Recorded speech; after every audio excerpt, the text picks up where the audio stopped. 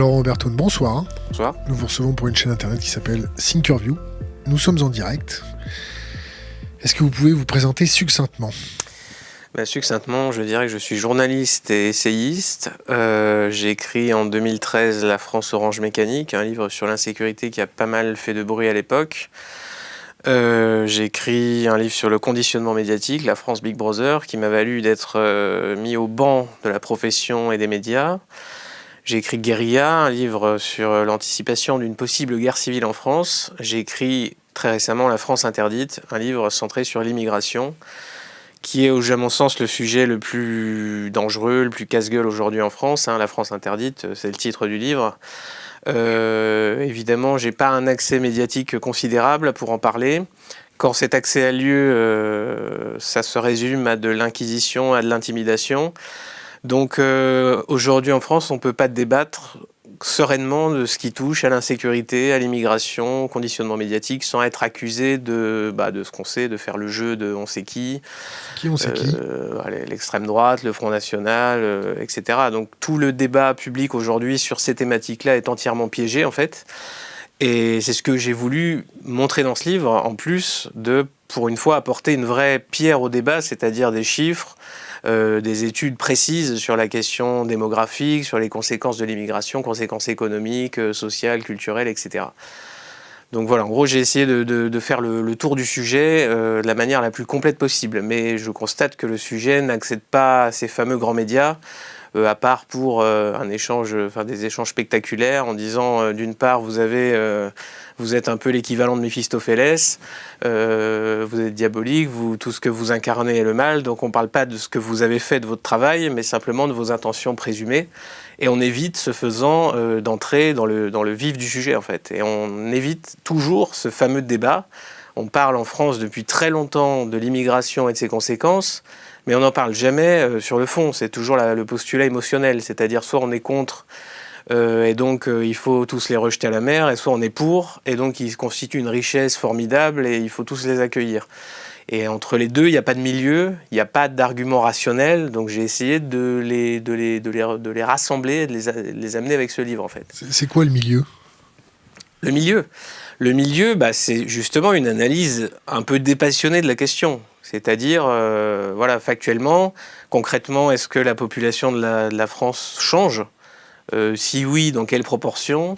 Est-ce que ça a des conséquences qui sont positives sur l'économie, sur la société ? Qu'est-ce que vous entendez par changement de population ? C'est la fameuse théorie du grand remplacement, des choses comme ça ? Voilà, on en parle beaucoup dans les médias sous ce terme, c'est-à-dire la théorie du grand remplacement qui voudrait que les populations d'origine européenne, autochtones, soient remplacées petit à petit par des immigrés d'origine extra-européenne. Pourquoi dire autochtone ? Parce que l'Europe est quand même un brassage, non ? C'est-à-dire que depuis à peu près 45 000 ans, les individus qui vivent en Europe sont originaires d'Eurasie, d'Europe et d'Asie. Et là, l'immigration qui concerne les individus d'origine extra-européenne est absolument inédite, n'a pas de précédent, ou en tout cas des précédents extrêmement minimes en tout cas, par rapport à ce qui a lieu aujourd'hui. Donc objectivement, c'est un phénomène totalement inédit par son ampleur, par ses conséquences. Des chiffres pour étayer ? Alors, d'après donc les études que j'ai collectées, de l'INED, de l'INSEE, je travaille uniquement sur des études de démographes officiels pour justement pas prêter le flanc à toutes sortes d'accusations. Et j'arrive à la conclusion qu'à peu près 18% des Français, des habitants de la France aujourd'hui sont d'origine extra-européenne. Mais que la pyramide des âges donne des informations un peu complémentaires, à savoir que les individus les plus âgés en France aujourd'hui sont très largement des autochtones, ce qu'on appelle les Français de souche, les natifs au carré, il y a quantité de désignations, chacun retiendra celle qu'il préfère. Mais quand on descend cette pyramide des âges, on se rend compte que la proportion d'individus originaires de pays extra-européens, moyen-orientaux, maghrébins, subsahariens, devient de plus en plus importante. Et quand on arrive aux nouveau-nés, on a à peu près 40% des naissances aujourd'hui en France qui sont d'origine extra-européenne. Donc il y a bien une évolution démographique de la structure du peuple français et même européen, on le constate partout. Comment vous faites pour avoir des stats sur les naissances en France ? Alors les naissances, il y a eu des études qui ont été faites là-dessus par l'INSEE et l'INED en 2008, donc ça date un petit peu, mais déjà à cette époque-là, ils admettaient qu'à peu près 30% des naissances en France étaient d'origine extra-européenne, de parents originaires donc de pays extra-européens. Il n'y a pas eu d'études qui ont été menées plus récemment, mais on a ce qu'on appelle la drépanocytose, le dépistage d'une maladie donc génétique qui touche exclusivement des populations issues donc d'Afrique subsaharienne, du bassin indien, donc en gros, disons que les populations qui sont dépistées ça coïncide à peu près avec les populations extra-européennes. Ce qui nous donne une sorte d'instrument de mesure en fait. Ça peut être la Martinique, la Guadeloupe, les îles Caraïbes. Oui. Évidemment, mais d'ailleurs, j'explique dans le bouquin qu'il y a comme ça, par exemple, l'immigration asiatique, chinoise, vietnamienne n'est pas concernée par ce dépistage, donc c'est pas une valeur absolue. Mais l'un dans l'autre, quand on a accès à ces chiffres qui sont très précis, qui sont plutôt bien faits, ça donne un indicateur, en tout cas assez fiable, de la composition des naissances en France. Cet indicateur, d'ailleurs, ne sera plus reconduit puisque la Haute Autorité de Santé a décidé de ne plus publier les résultats, justement parce qu'il montrait, à mon avis, que cette tendance croissante disons que la part des naissances extra-européenne devenait de plus en plus importante et que justement ça apportait de l'eau au moulin de Renaud Camus, sa théorie du remplacement, etc. Et qu'effectivement la structure de la population française changeait et qu'il est je pense pour les hautes autorités de santé et le gouvernement, il est dangereux d'en parler parce qu'ils savent très bien que les Français, ça les inquiète, objectivement. Parce que en France, on nous permet de dire que ça les inquiète ? En France, on nous explique depuis très longtemps que la démographie, la natalité française se porte extrêmement bien par rapport à la natalité européenne, qu'on n'est pas loin des 2 enfants par femme, donc que tout va très bien, les générations sont renouvelées. Sauf que justement, quand on fait ce détail, quand on prend en compte pas seulement la natalité des immigrés, mais aussi des descendants d'immigrés, on se rend compte que la natalité... Oui, les descendants d'immigrés sont français. Mais on se rend compte que la natalité des autochtones, c'est-à-dire des populations originaires d'Europe, est extrêmement basse, à peu près 1,2, 1,4 enfants par femme en Italie, en Allemagne, en France, et que ce déficit démographique est pallié par cette immigration. L'ONU, c'est l'ONU qui a employé ce terme, l'immigration de remplacement, pour dire ces individus, le stock de consommateurs n'est pas renouvelé, donc il faut les remplacer. Donc il faut faire venir cette immigration. Tant pis si elle n'est pas de la même culture, s'il y a un différentiel culturel important, si son niveau de qualification ne correspond pas à celui de l'OCDE, aucune importance. Le but du jeu est de maintenir le nombre de consommateurs, en gros. Parce que comme ça, le gâteau économique, le produit intérieur brut, reste à peu près constant.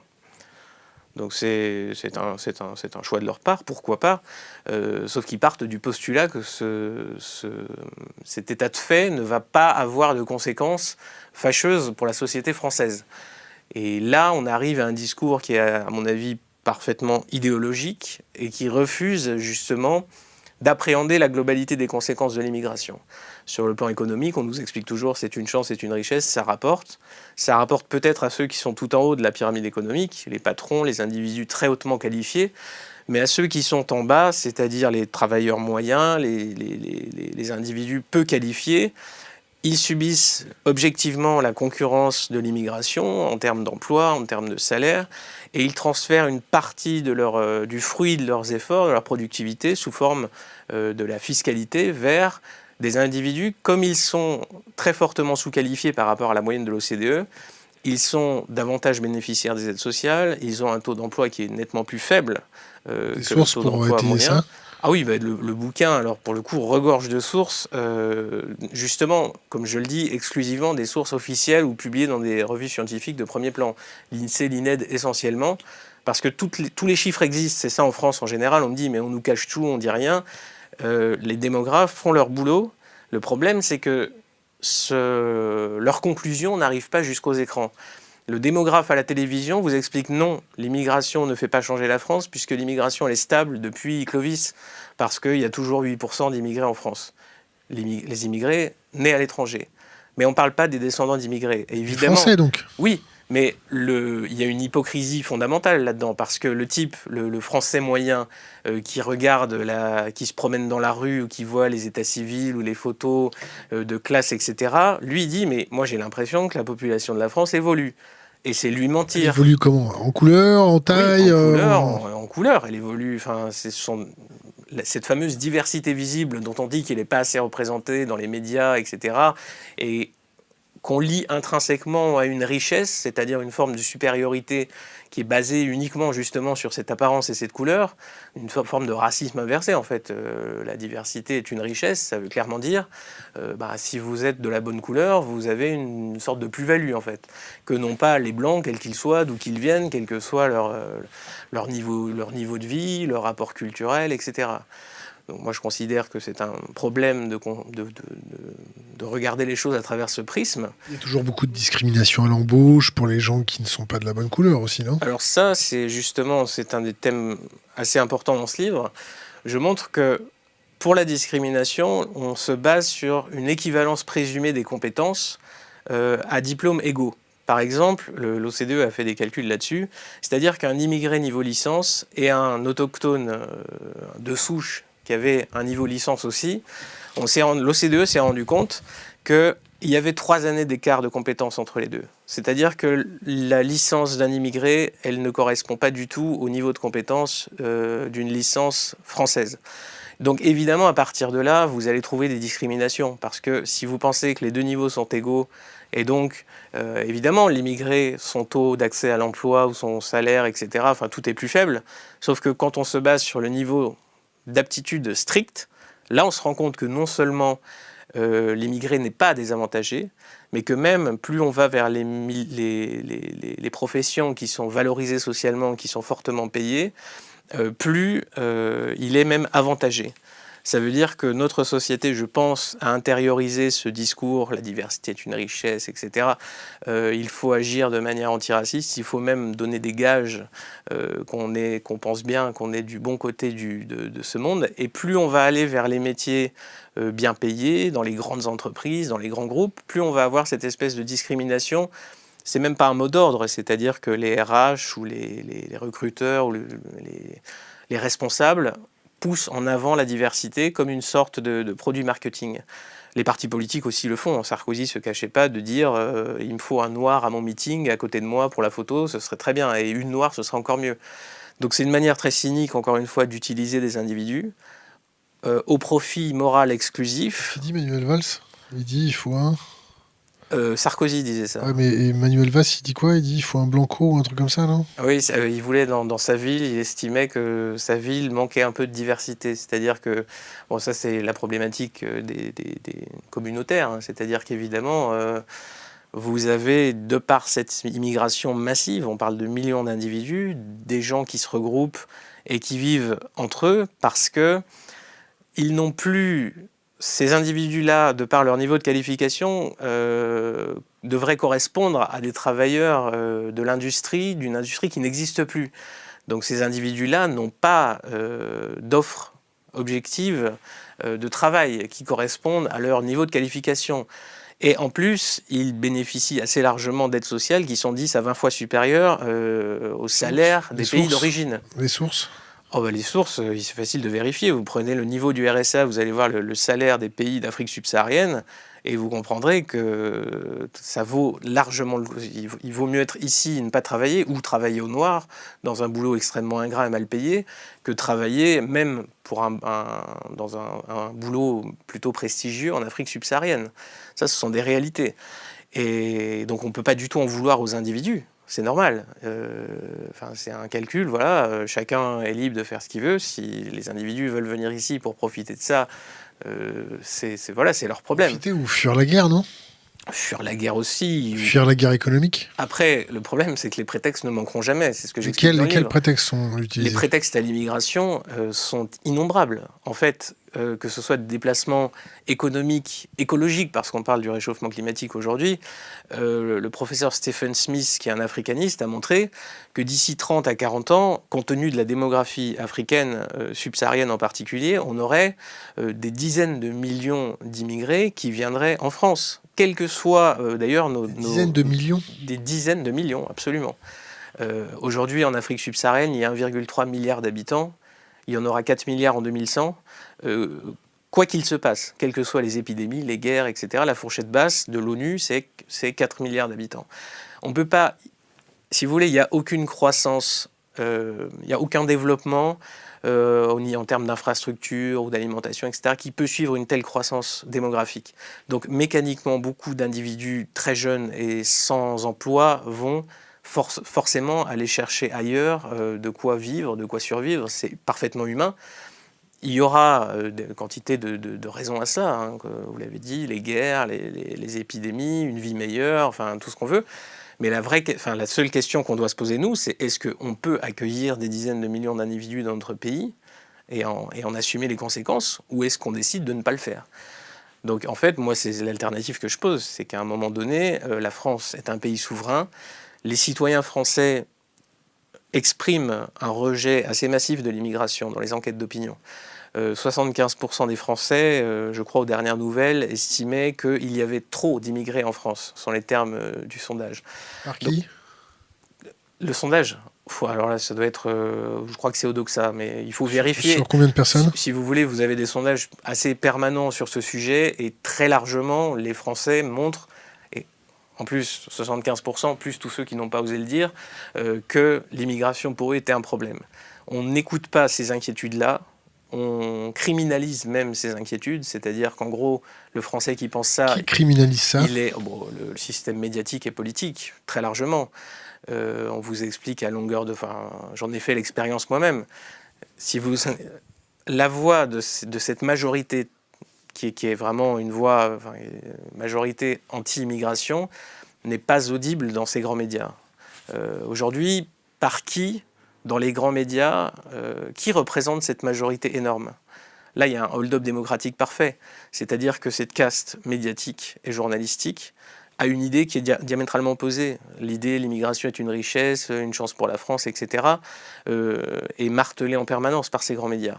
Vous pouvez peut-être compter à peu près 5 individus, comme l'a fait Le Monde, Zemmour, Polony, etc., d'individus qui sont plus ou moins hostiles à l'immigration et qui le disent dans ces grands médias. Mais dans l'ensemble, ces médias ne sont absolument pas représentatifs de la population française. Qui d'autre dans les 5 ? Je pense que vous avez Charlotte Dornelas, qui passe chez Pascal Praud assez régulièrement. C'est ça, voilà, vous voyez, j'arrive plus à... moi, j'en trouve pas d'autres, mais Le Monde l'a fait. Le Monde a fait une enquête en nous expliquant que c'était la menace de la peste brune qui revenait, etc. Il faut faire attention au ventre toujours fécond de la bête immonde. Comme d'habitude, tout repose sur cette espèce de chantage au racisme. Ça veut dire que si vous n'avez pas une position qui est compatible avec ce progressisme de l'accueil de l'autre, de l'enrichissement, etc., eh bien vous êtes l'extrême droite. Pour moi, l'immigration n'a pas à être un sujet politique. L'immigration ou l'insécurité, n'importe qui peut avoir une position qui lui est propre. Un type de gauche qui se fait poignarder, je ne vois pas en quoi il le vivrait mieux qu'un type de droite. Ça ne doit pas être des sujets politiques, mais on les a politisés. On a expliqué que tous ceux qui avaient une position différente sur l'insécurité et l'immigration étaient l'extrême droite. C'est d'ailleurs pour ça que Marine Le Pen est qualifiée de femme politique d'extrême droite. Parce qu'à mon sens, économiquement elle est à gauche, socialement elle est à gauche. Qu'est-ce qu'elle a d'extrême droite sinon cette position iconoclaste sur l'insécurité et l'immigration ? C'est la seule raison. Et ça permet justement d'empêcher complètement un débat rationnel. Parce que si vous êtes l'extrême droite, vous êtes le diable. C'est quoi un débat rationnel ? Un débat rationnel, c'est-à-dire comme je vous le fais, je vous amène des chiffres, des sources et on en discute. Et on peut parler objectivement, évaluer les conséquences complètes, sans se crier dessus, sans s'insulter, sans entrer dans cette espèce de spectacle médiatique qui finalement ne débouche jamais sur rien de concret. Et c'est un problème grave parce que couper comme ça une majorité des citoyens de leur représentation médiatique et même universitaire et même politique, participe d'une forme de partition du pays, en fait, entre cette élite qui est complètement déconnectée, qui est sur une planète qui lui permet d'échapper à tous les désagréments du vivre ensemble, et, et à la réalité, finalement.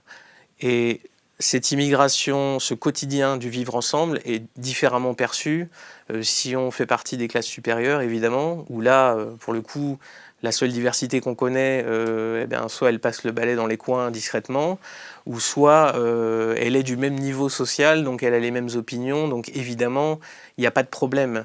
Mais si vous descendez au bas de l'échelle de la société, eh bien là, la diversité, l'enrichissement, il est vécu très différemment. Et tant qu'on ne fera pas l'effort de comprendre ça, de descendre un petit peu de son nuage, tant que les médias, plutôt que de... Médias, ça veut dire intermédiaire. Tant qu'ils ne feront plus ce rôle de passerelle de l'information réelle entre le peuple et les faits, tant qu'ils feront cette barrière, je pense qu'on va vers, vers des ennuis très sérieux. On va revenir sur ces ennuis très sérieux que vous anticipez.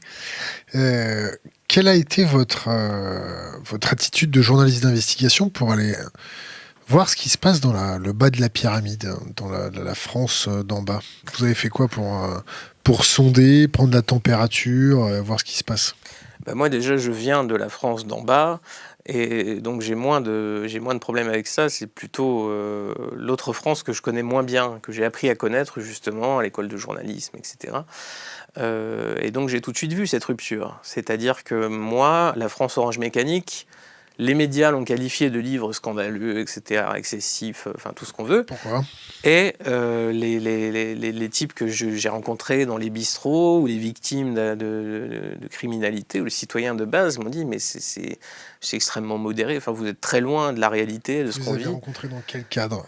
Alors, pour la France Orange Mécanique, je les ai rencontrés malheureusement. Il y a des discussions dans de bistrot. Dans les tribunaux, il y a dans les commissariats. Au quotidien. Quand j'étais fait diversier, donc j'ai rencontré pas mal de victimes. Fait diversier, ça veut dire donc les journalistes qui écrivent sur les faits divers. Sur les chats écrasés. Les chiens écrasés, enfin toutes les affaires réjouissantes qui font d'ailleurs une bonne partie des ventes des presses locales, parce que c'est ça qui attire l'œil. Donc j'ai pu rencontrer beaucoup de victimes, de professionnels de la sécurité, des policiers, des magistrats, etc. Et j'ai compris très vite qu'il y avait ce problème de décalage énorme, notamment avec les policiers. Les policiers aujourd'hui sont dans un état de tension qu'il est vraiment difficile d'imaginer. Est-ce que vous avez fait le travail inverse? Le travail inverse? D'aller voir la France de l'immigration, la France des quartiers. Absolument. Si je vous prends par la main et qu'on va dans le fin fond du 93, vous allez sortir comment? Écoutez, ça dépend où on va. Je me sentirai comme tout le monde. Pourquoi pas? Moi, je l'ai déjà fait et il n'y a pas de problème. Non, moi, le terrain ne me fait pas peur, justement. Le fait ne me fait pas peur. Et je précise bien, d'ailleurs, c'est important de le dire, c'est que, évidemment, un type non averti qui va lire mes constats se dit, mais où il veut en venir, etc. Est-ce qu'il n'est pas en train d'amalgamer, de stigmatiser, machin, tout ça? C'est pas du tout ce que je dis. Le fameux pas d'amalgame. Mais c'est pas du tout ce que je dis. Mais je dis que si on ne prend pas en compte la surreprésentation dans la criminalité de certaines franges issues de l'immigration, si on s'interdit de faire des constats comme ça, là vraiment, parce qu'on se prive de réalité, non seulement ça veut dire qu'on prend les citoyens pour des abrutis dangereux, fanatiques, mais en plus, on ne peut résoudre aucun problème si on se prive d'une partie de l'équation. La proportion des crimes et délits, selon vous ou selon vos stats, ça représente quoi? À peu près 2/3 des crimes et délits commis en France sont commis par des individus issus de l'immigration, à peu près.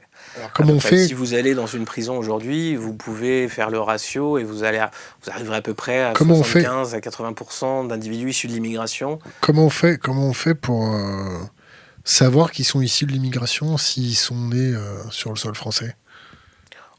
Il suffit de leur demander. Il y a des enquêtes qui sont faites là-dessus par des sociologues. On demande aux individus votre origine, d'où vous venez, est-ce que vous êtes descendant d'immigrés, etc. Et les gens répondent, il n'y a pas de problème, on peut avoir des trucs très précis là-dessus. Non, là-dessus, encore une fois, les enquêtes, les universitaires font leur boulot, Mais le problème, c'est qu'une fois qu'un universitaire va faire une enquête comme ça, s'il passe à la télé, quelle que soit sa réputation par ailleurs, on le traitera on l'accusera de faire le jeu, de machin. On lui dira que c'est pas le bon moment, parce que c'est jamais le bon moment pour parler de l'immigration et de l'insécurité. Et sa réputation sera vraiment attaquée. Il y a eu par exemple le cas d'Hugues Lagrange qui avait fait ça récemment, qui avait parlé de l'insécurité, qui avait lié une certaine forme de délinquance à la culture de certains immigrés, et ça lui avait coûté très cher. Et ce type objectivement fait un travail très sérieux, très sourcé, impeccable, mais ce qu'il dit, c'est pas progressiste. Ça fait pas le jeu de la mondialisation heureuse, du vivre ensemble, etc. Donc il ne devait pas le dire. Et il ferait mieux de se concentrer sur la sexualité des algues marines et je sais pas quoi. En tout cas, ne pas parler de ça. Et ça, c'est systématique. Donc, il faut bien comprendre que le sociologue qui va faire son enquête, s'il en parle, ne sera même pas médiatisé, et s'il est médiatisé, sera comparé de complice du mal, etc. Donc il y a une forme d'autocensure assez générale dans le milieu universitaire, dans le milieu médiatique, parce que moi j'ai rencontré beaucoup de journalistes et de sociologues et qui partagent mes constats. Qui ? Je ne vais pas donner de nom parce que je protège mes sources, mais il y a des journalistes très connus qui sont exactement, qui font les mêmes constats que moi, qui me disent ce que tu fais c'est génial, etc. Mais tu sais que je ne peux pas en parler, bon très bien. Et parce que tous ces gens se font peur en fait. Il y a pas tant de militants que ça. Il y en a des militants, c'est-à-dire les types Émeric Caron, machin, qui vont vous désigner d'être un truc diabolique, etc. Il y en a certains. Mais tous les autres, ils sont victimes, c'est-à-dire qu'ils suivent et ils ont peur. Et donc ils se taisent. Et ils ne peuvent pas exprimer des opinions, même si elles sont juste compatibles avec la très large majorité de la population. Jean-Pierre Pernaut, par exemple, s'était amusé on connaît votre anecdote. Lors d'un JT, avait dit voilà, les migrants sont accueillis, pas les SDF. Voilà, sujet suivant, et ça lui avait coûté cher. Et il sait très bien que s'il y a récidive, tout Jean-Pierre Pernaut qu'il est, il perd sa place. Donc aujourd'hui, plus on a à perdre en fait dans ce système, plus on est obligé de se conformer à l'idéologie dominante. Plus on monte haut, plus on a peur de tomber de haut. Oui, c'est la métaphore de l'échelle, voilà. Si vous êtes très haut, vous vous faites très mal. Si vous êtes en bas, on s'en fout, personne ne vous écoute, vous criez dans le bar d'à côté. Et pas de problème, vous pouvez y aller, vous n'avez rien à perdre. Vous parlez souvent de Monsieur Moyen. C'est quoi Monsieur Moyen ? Monsieur C'est Moyen, Bilout ? oui, voilà, c'est le type de base, c'est l'homme normal, celui qui regarde la télé 4 heures par jour, qui écoute la radio 2 heures par jour, et qui n'a pas forcément une grande culture sur le milieu médiatique, qui comprend pas bien toutes les ramifications intellectuelles, qui suit un peu le mouvement. Et lui, il est objectivement, il a envie de dire que cette immigration, ça l'inquiète, mais il ne le fait pas. Parce qu'il sait que dans un repas de famille ou dans la rue ou avec ses collègues, il peut se faire latter par un clone d'Émeric Caron qui va lui dire « vous êtes raciste », etc. Et ça le terrorise. Et il a raison, parce qu'on a tous quelque chose à perdre. Et notre situation sociale est très importante. Notre plus grande peur de mammifères est d'être exclu de notre groupe, l'ostracisme. Donc on a tendance à émettre des opinions modérées et conformes, surtout sur des sujets aussi casse-gueule que l'immigration. Seul, on en fait quoi ? Le droit du sol, alors moi je ne suis pas politicien, je ne vais pas vous faire la recette miracle de tout ce qu'il faudrait faire, moi je mets juste le doigt où ça merde, où ça fait mal. Le droit du sol, évidemment, à mon sens, participe pas mal du problème, parce qu'on nie le substrat de la société, le peuple en fait, et en gros on nous explique que c'est pas ça qui compte, c'est juste la motivation des individus. Ça c'est sur le papier, pourquoi pas ? Moi je suis d'accord, je pense que des individus qui ont envie d'être français peuvent faire d'excellents français, font souvent des français d'ailleurs bien plus patriotes et travailleurs que les français autochtones eux-mêmes. À partir de combien de générations on devient autochtone pour vous ? Je sais pas, moi je suis personne pour dire ça. C'est pas à moi de dire en fait lui c'est un bon français, machin, je suis rien, moi je suis une voix sur 66 millions. Donc j'ai sûrement pas à dire ça, je suis peut-être un très mauvais français d'ailleurs. Sur les 66 millions, il y en a combien qui sont pas de chez nous, comme vous dites ? Ah non mais ça c'est leur problème, c'est-à-dire que quand vous allez dans certaines zones, certains pans du territoire français, vous constatez objectivement, on l'a dit tout à l'heure, par exemple, si on fait le tour de la Seine-Saint-Denis, il y a pas mal d'individus que vous allez croiser et que, objectivement, il est difficile de les relier à la culture française, à l'histoire française, à un ardent désir d'intégration, d'apprendre la langue, de trouver un travail, etc., d'aller dans le sens de l'intérêt général, plutôt que dans le sens de l'intérêt communautaire. Mais c'est humain de faire ça, c'est ce que j'explique dans le bouquin. Ces gens-là, il n'y a pas de critique sur le fait d'exploiter un système qui s'offre à eux, qu'il soit d'ailleurs... le système social, le système criminel, etc. Tout peut s'expliquer, en fait. Et moi, je cherche à comprendre les individus. Je ne fais pas de jugement, je ne suis pas Dieu, je ne suis pas un juge. Mais simplement, si on se place dans la peau de Monsieur Moyen, dans le sens de l'intérêt général, c'est-à-dire l'idée que la société est une somme d'individus qui agissent sous une forme d'altruisme réciproque, c'est-à-dire je reçois, je donne, etc., et tout le monde s'en trouve enrichi. Et s'il constate qu'il y a ces compétitions communautaires, qu'il y a du clientélisme des élus locaux, que finalement certains ne jouent pas le jeu, que lui travaille beaucoup et voit une grosse partie du fruit de ses revenus ponctionnés pour alimenter de telles compétitions intercommunautaires, évidemment, lui, il va arrêter de jouer le jeu aussi.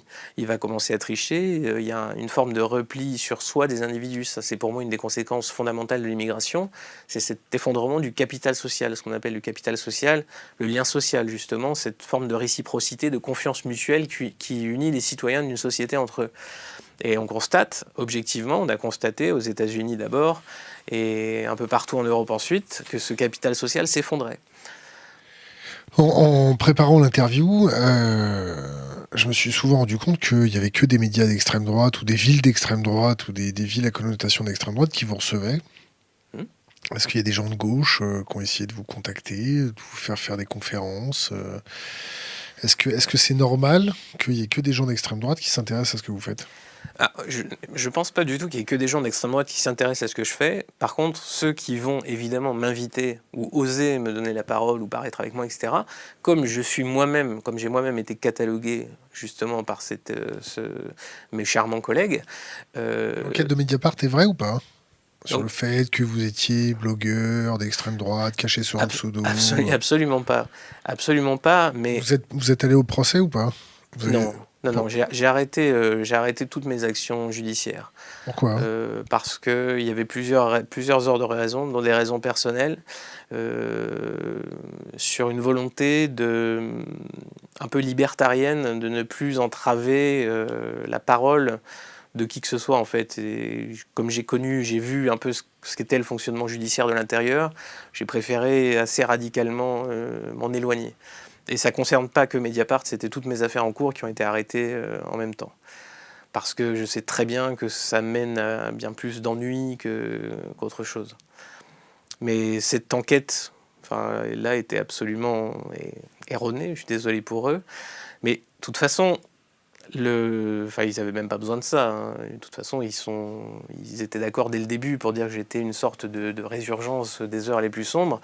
Et comme tout le monde l'a martelé, et que les uniques sources qui apparaissent quand on essaie de se renseigner sur moi, sur Google, Wikipédia, etc., sont des sources qui émanent de ces médias officiels.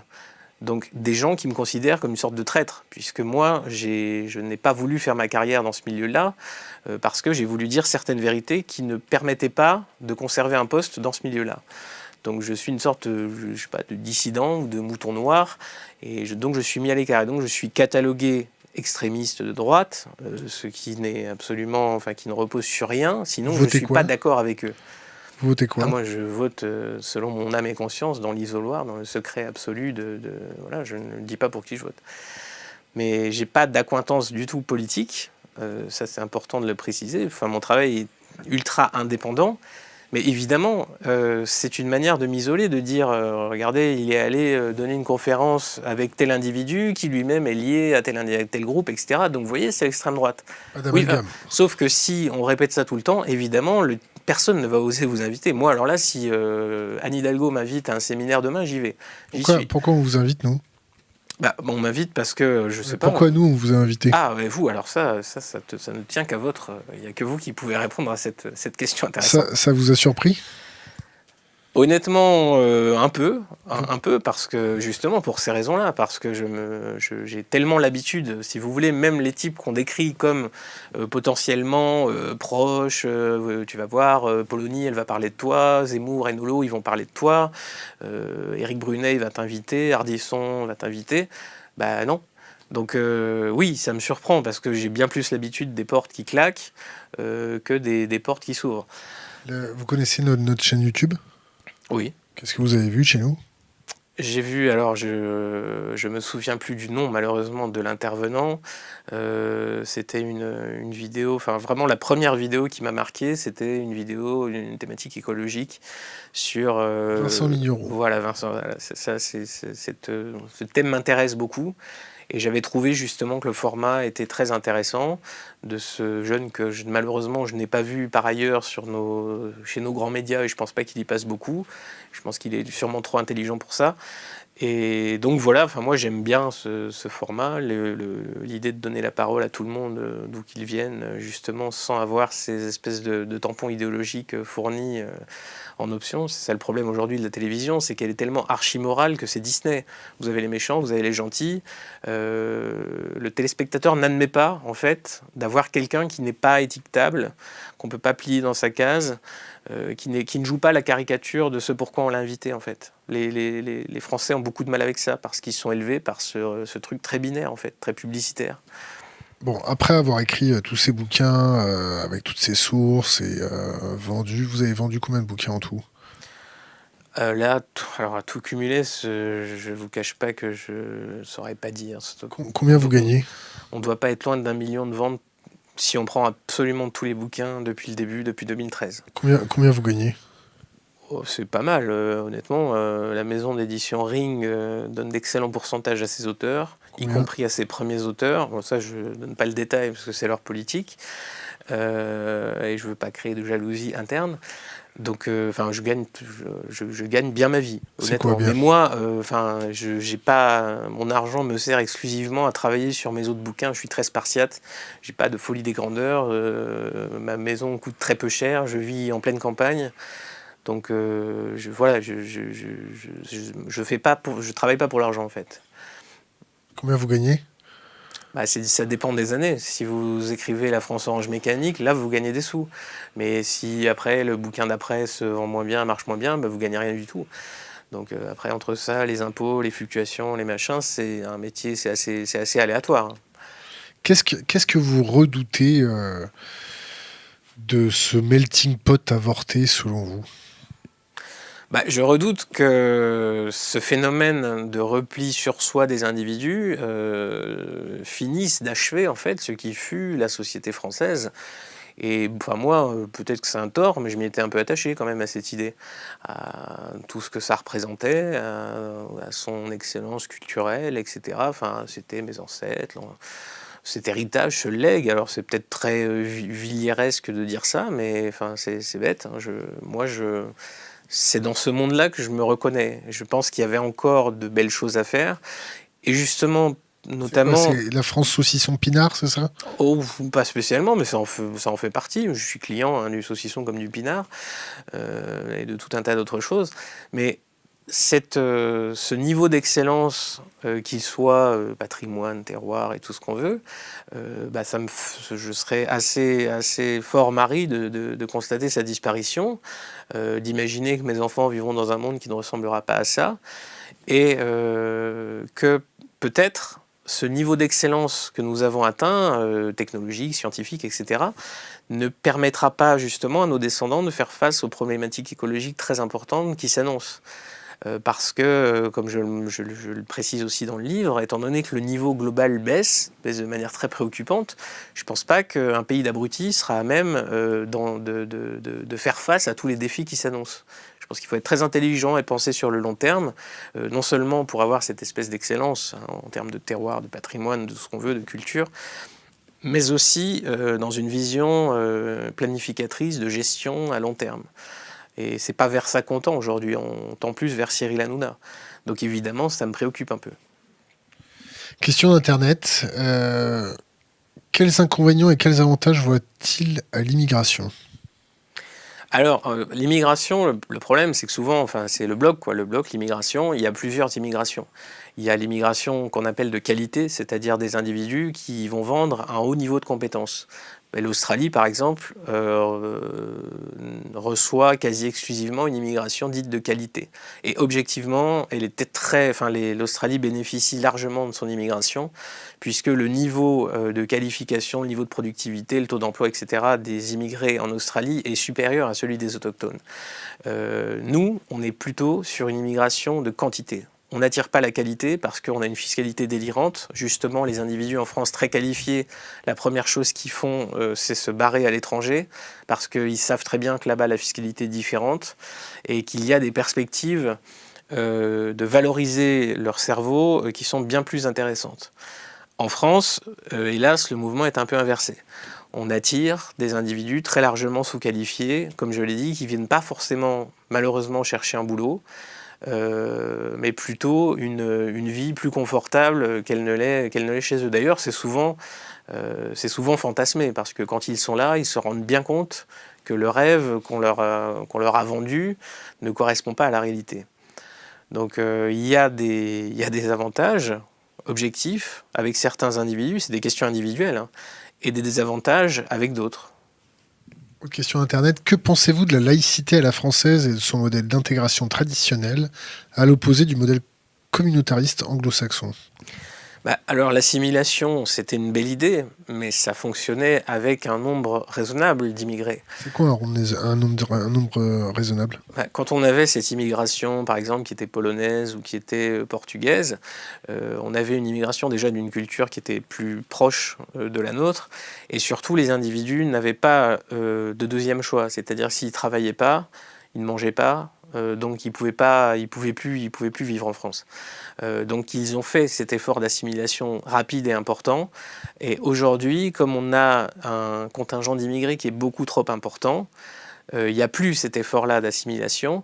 Donc on peut en parler, on peut dire qu'il faudrait donner des prénoms français, etc. etc. Ça ne suffira pas, on est très loin de la réalité de la problématique. Autre question d'Internet que je lis brute. Que pense-t-il des patriotes qui font barrière à la frontière de l'Italie? Alors, je pense qu'on fait référence à Génération Identitaire, donc, qui avait fait ça, effectivement, qui était allé se suppléer au rôle de l'État, qui était censé le faire lui-même, parce que, effectivement, nos frontières physiques ne sont pas contrôlées aujourd'hui. Donc, c'était d'une manière un peu spectaculaire de montrer qu'aujourd'hui, la France n'a pas de souveraineté réelle sur les entrées dans son pays. Après, ces entrées physiques, concrètes, ne représentent qu'une goutte d'eau dans l'immigration en réalité. L'immigration clandestine, essentiellement, elle est au départ légale. C'est ça, là, voilà, par sur visa, sur titre de séjour, et ensuite les individus oublient de repartir. Et essentiellement, les entrées clandestines ont lieu comme ça, en fait. C'est pas l'Aquarius. Alors, on a 3 millions de visas délivrés par an, on a 250 000 titres de séjour, un peu plus. Et évidemment, on ne peut pas chiffrer le nombre d'individus qui repartent réellement. Le ministre de l'Intérieur vous dira qu'il y a à peu près 400 000 clandestins en France. Et d'autres indices, notamment le nombre de bénéficiaires de l'AME, d'autres études menées là-dessus, laissent penser que ce chiffre est sensiblement plus important. Mais encore une fois, ce sont des clandestins, c'est impossible de le dire. Vous avez, dans le flou artistique, vous avez les demandes d'asile. Sur 100 000 demandeurs d'asile, vous en avez 70 000 qui sont déboutés, vous en avez 10 000 qui sont expulsés physiquement, et les 60 000 autres, personne ne sait ce qu'ils deviennent, parce qu'il n'y a aucun suivi préfectoral. Je vais m'excuser une seconde, il faut absolument que j'aille pisser. Donc je vais te poser une question qui va te lancer. Tiens, tu peux me remonter un peu la liste? Tout en haut. Voilà. Alors la question c'est comment travaille-t-il? Est-ce que sa façon de travailler le démarque de ses collègues? Où s'informe-t-il? Et j'en profite, je vais pisser pendant que tu réponds, je t'entends. Ça marche.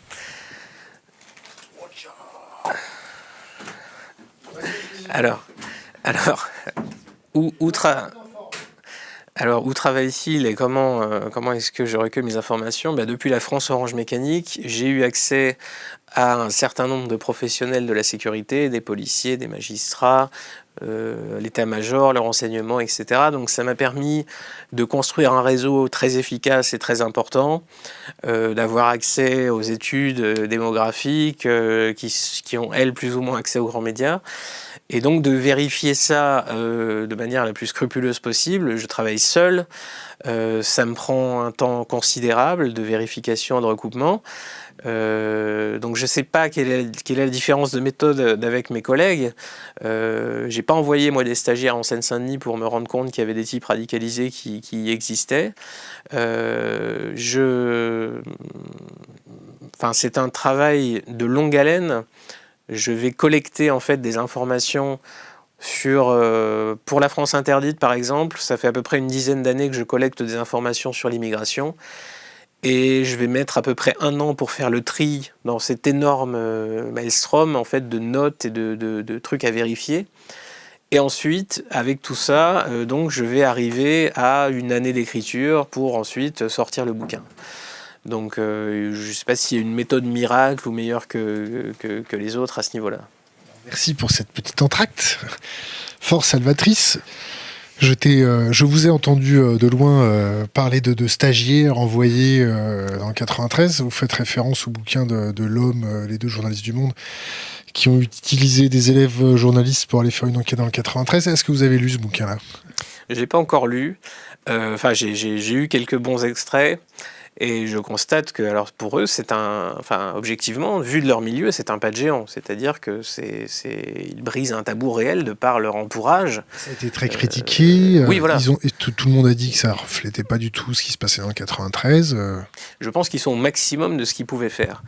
Mais ils nous expliquent que, encore une fois, c'est une infime minorité d'individus qui sont concernés. À les entendre, on a l'impression qu'on parle de 2 ou 3 types qui sont radicalisés. En fait, non, la réalité est un peu plus critique que celle-là.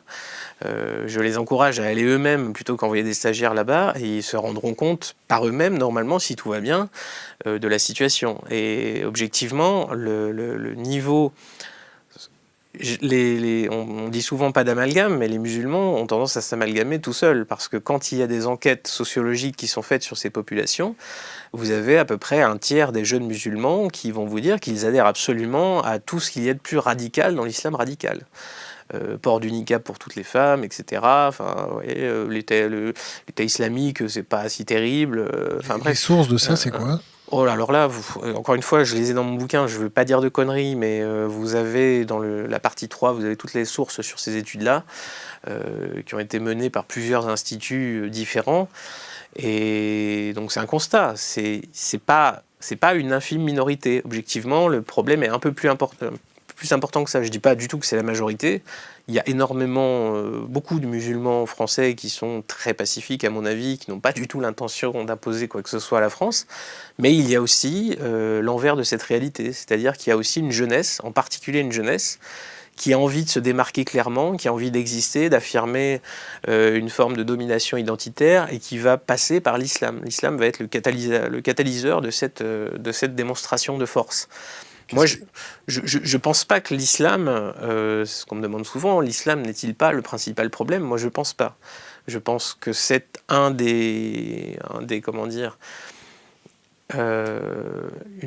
des répliques de l'immigration, mais je pense pas que ce soit le principal problème de l'immigration n'est pas l'islam pour moi. Qu'est-ce que vous pensez de la liberté de culte? Oh, la liberté de culte, moi je suis tout à fait favorable à la liberté la plus large possible des individus. Il n'y a pas de problème là-dessus. Je ne veux pas interdire quoi que ce soit. Question d'Internet. Pense-t-il que la France a les capacités militaires d'empêcher l'immigration climatique future? Est-ce que la France a vraiment le choix? Alors ça, c'est une bonne question. En général, on nous explique de toute façon, cette immigration, qu'on la veuille ou non, elle va arriver. Elle est déjà en marche et on ne peut rien y faire. Les mouvements de population humaine, personne ne peut s'y opposer. Sauf que si on regarde un petit peu ce que font les autres pays, si on regarde ce que fait l'Australie, par exemple, ou le Japon, là, on se rend compte qu'on a 2 pays, alors certes insulaires, mais qui ont décidé de ne pas avoir recours à cette immigration de quantité, malgré une dénatalité très forte. Le Japon, je crois qu'il y a 1,2 enfants par femme au Japon, c'est zéro immigration. 11 demandes d'asile acceptées, je crois, l'an passé. 11. Et absolument aucune immigration qui soit extra-asiatique, en tout cas importante. Donc le Japon préfère voir sa population vieillir, sait que ça va lui coûter extrêmement cher, mais ne veut pas céder à cette immigration. C'est une question de culture, c'est comme ça. Et personne ne va au Japon. Il n'y a pas de bateaux qui vont au Japon, de migrants qui se noient, il n'y a pas d'ONG qui vont les chercher pour les amener au Japon. Il y a l'exemple de la Hongrie aussi. Exemple plus continental, la Hongrie est une voie de passage pour l'immigration. Le président hongrois a réquisitionné des chômeurs pour faire construire des barrières, clairement, des barrières barbelées avec des miradors, et a qualifié de crime toute tentative de franchir ses frontières. Et donc les tentatives de franchissement se sont effondrées en quelques heures, sont passées de je ne sais plus combien de milliers à 0 quasiment. Donc, parce que personne n'a envie d'aller dans une prison en Hongrie, ça, qu'on soit migrant ou pas, ça dissuade. Donc, quand on veut, clairement, on peut. Moi, la question que je pose, c'est pourquoi on ne veut pas, en fait. Alors que le peuple, alors que l'opinion semble le vouloir depuis très longtemps, et que même un président comme Macron aurait un intérêt objectif, du point de vue de sa popularité, à se ranger derrière cette opinion. Pourquoi ne le veulent-ils pas, en fait ? Ça, c'est une question aussi que je pose dans le livre. Qu'est-ce que vous pensez de l'Aquarius ? Bon, l'Aquarius, pas grand-chose. Alors voilà, si c'est 40 types qui transitent, qu'on va chercher... 40 types, des fois c'est 300 oui, sur un même bateau. Oui, un peu plus, mais ça fait... Objectivement, ça fait pas beaucoup de monde. Après... C'est vrai que c'est un principe. Est-ce qu'on doit, oui ou non, aller chercher des individus au large des côtes libyennes ? Je vois pas bien ce qu'on a à y faire. Est-ce qu'on doit aller les chercher là-bas ? Pourquoi on ne les dépose pas à Alger ou au Maroc, où ce sont des pays sûrs qui accueillent les migrants clandestins ? Mais ils ne veulent pas rester là-bas, ils ne veulent pas aller là-bas. Ils veulent venir ici en France. Et moralement, soutenir ces ONG qui font le boulot en fait des passeurs. Il faut rappeler que le trafic de chair humaine des migrants rapporte des milliers d'euros par tête aux passeurs. C'est un trafic qui est en passe de devenir extrêmement lucratif. Il l'est déjà. On parle de... Je ne sais plus quelles sont les sommes, j'en parle dans le bouquin, mais c'est astronomique. Donc, pourquoi vous dites qu'ils font le boulot des passeurs ? Ils prennent pas un rond, ils évitent à des gamins de se noyer. Non, ils prennent pas un rond parce que si. Leur monnaie, elle est morale en fait.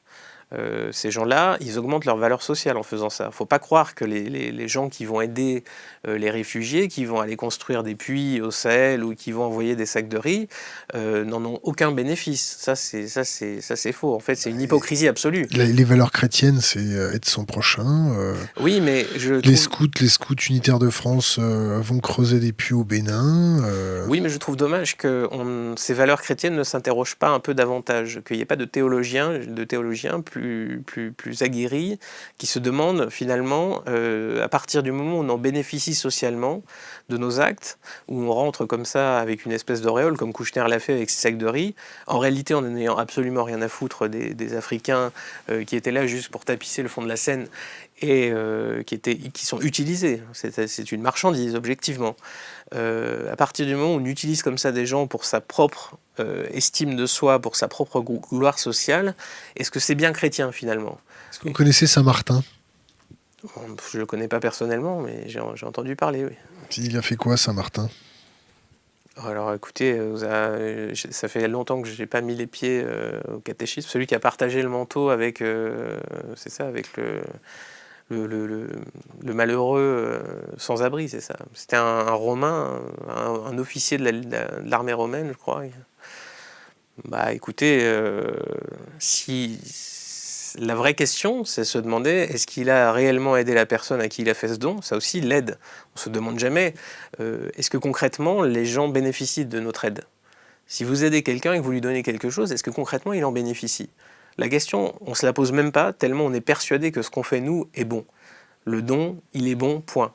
On ne se demande pas si, en réalité, notre aide ne va pas faire empirer la situation de l'individu qui va la recevoir. Il faut faire quoi avec les... Moi, j'en sais rien. Personnellement, je fais rien. Ne faisons rien, c'est plus prudent, comme dit Beckett. Moi, je fais rien, mais je trouve si ça... un gamin de 25 ans qui est en train de boire la tasse parce qu'il sait pas nager et qu'il a cru à un rêve occidental parce que son pays a été ravagé par les Occidentaux... Ah non, mais parce que moi, on fait quoi? Moi, j'ai une morale, voilà, j'ai une éducation chrétienne, etc. Ma qualité d'humain fait que je vais tout faire pour le tirer de là. Mais c'est humain, je prétends non pas, oui, mais je prétends pas échapper à ces... Pourquoi vous dites que les mecs sur l'Aquarius, ils essayent de tirer parti de ça?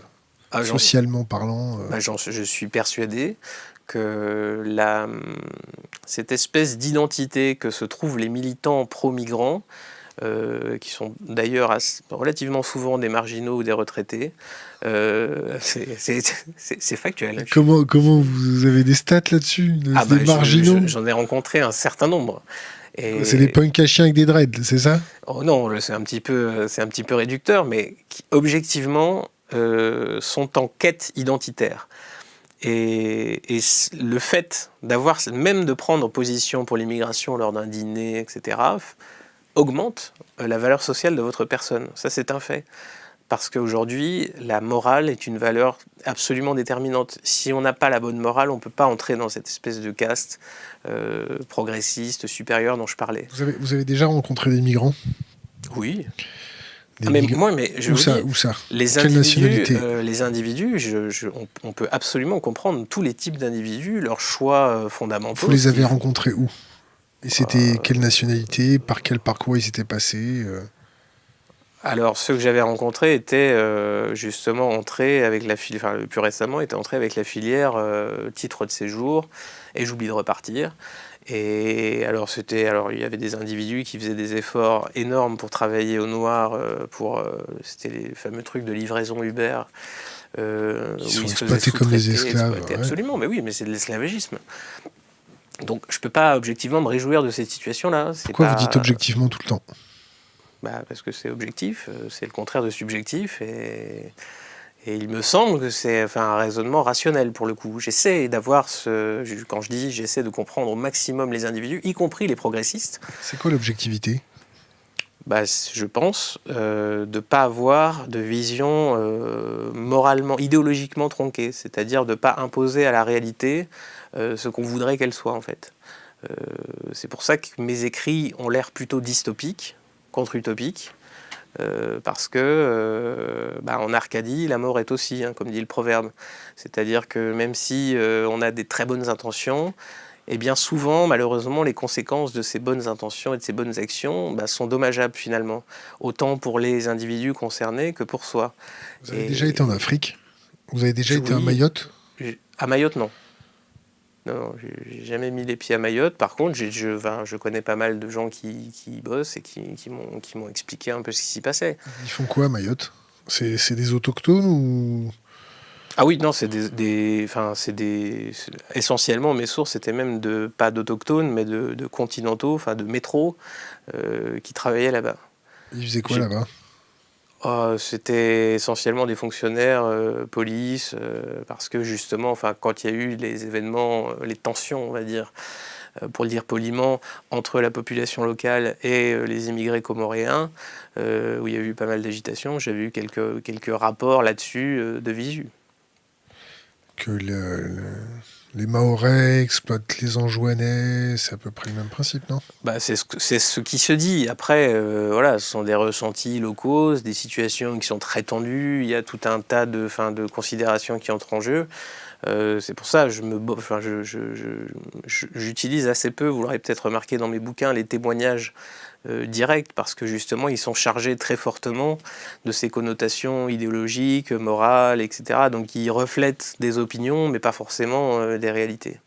Votre idéal pour la société française, c'est quoi? Non, moi je refuse diamétralement la notion d'idéal. Je vous le dis, je pense pas qu'il y avait, c'était mieux avant, il y avait un âge d'or, machin, tout ça. Je suis pas du tout dans cette optique-là. Moi, j'ai pas de truc à proposer, pas de programme. C'est plutôt une vision anthropologique. Anthropologique, ouais, voilà. Ethnologique. Ethnologique, c'est ma formation principale au départ, c'est l'anthropologie. Donc c'est plutôt là-dessus que je me base. Question internet. Croit-il en Dieu? Je préfère pas me hasarder une réponse parce que là, ça irait trop loin dans la réflexion. J'aurais besoin de trop de temps là. Oh, bon, on a le temps là. Bon. Non, mais ça, c'est un peu comme l'isoloir. Il y a une part de mystère. Vous avez identifié des problèmes? Est-ce que vous avez identifié des solutions? C'est pareil, sur le volet solution, j'aurais l'impression d'être un politicien si je fournissais comme ça, clé en main, voilà ce qu'il faut faire et tout ça, et j'aurais l'impression de rentrer dans une énième escroquerie en fait, en proposant des trucs miraculeux qui contenteraient tout le monde, ça n'existe pas. Je préfère attirer l'attention sur les problèmes et ce qui pourrait en devenir, plutôt qu'essayer de proposer des pistes miraculeuses. Donc vous faites partie de ceux qui soulèvent les problèmes sans apporter de solution, c'est ça? C'est très mal perçu en France. C'est sans doute très mal perçu. Les messagers, on les aime pas du tout. On veut des solutions, on veut beaucoup de démagogie. Monsieur Moyen, pour le coup, est extrêmement demandeur il veut un homme providentiel ou une femme providentielle. Voilà, il croit absolument en ça. Il pense qu'il va pouvoir rester tranquille devant la télévision, que ça va bien se passer, que quelqu'un va le sauver. Il a cette espérance un peu délirante, à mon avis. Enfin, pour moi, il y a les deux formes, c'est le désespoir et l'espoir, sont deux formes d'erreur en fait. Et que quand on s'enferme dans une forme comme dans l'autre, on ne regarde plus la réalité en fait. Est-ce que le débat sur l'immigration, l'insécurité est pas repris par des partis politiques qui utilisent ça pour catalyser la haine et la rage des gens? Pour catalyser la haine et la rage, je sais pas. Pour s'en servir à des fins tactiques, là, c'est clair que, je pense que ce débat fait rage dans beaucoup de partis politiques dits traditionnels, que la France insoumise, par exemple, est en passe d'exploser sur cette question-là, parce que... Un peu comme en Allemagne, non? Oui, parce que, objectivement, la base de ce parti a une opinion sur l'immigration qui n'est pas du tout celle qui est représentée par les porte-paroles, par Mélenchon lui-même, par les discours, en fait.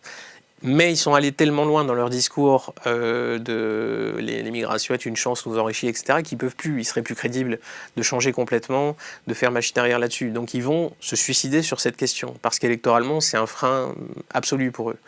Et je pense que Macron lui-même s'est posé la question, est-ce qu'il n'y aurait pas moyen de récupérer beaucoup de popularité en faisant comme Sarkozy, c'est-à-dire simplement avec des discours un peu à la Colomb, un peu carchérisant, ça suffirait. Et je pense que ça suffirait. Mais il est entouré par tellement, ce système de cours, il y a les médias, etc., qu'il a trop peur de ça, et donc il n'osera pas le faire, je pense. Ce qu'a dit Colomb, c'est vrai, c'est pas vrai? C'était un effet de manche? C'était un colis piégé? C'était quoi? Il y a un peu des deux. Il a voulu considérablement emmerder son successeur, ça c'est sûr. Rappelez-nous ce qu'il a dit.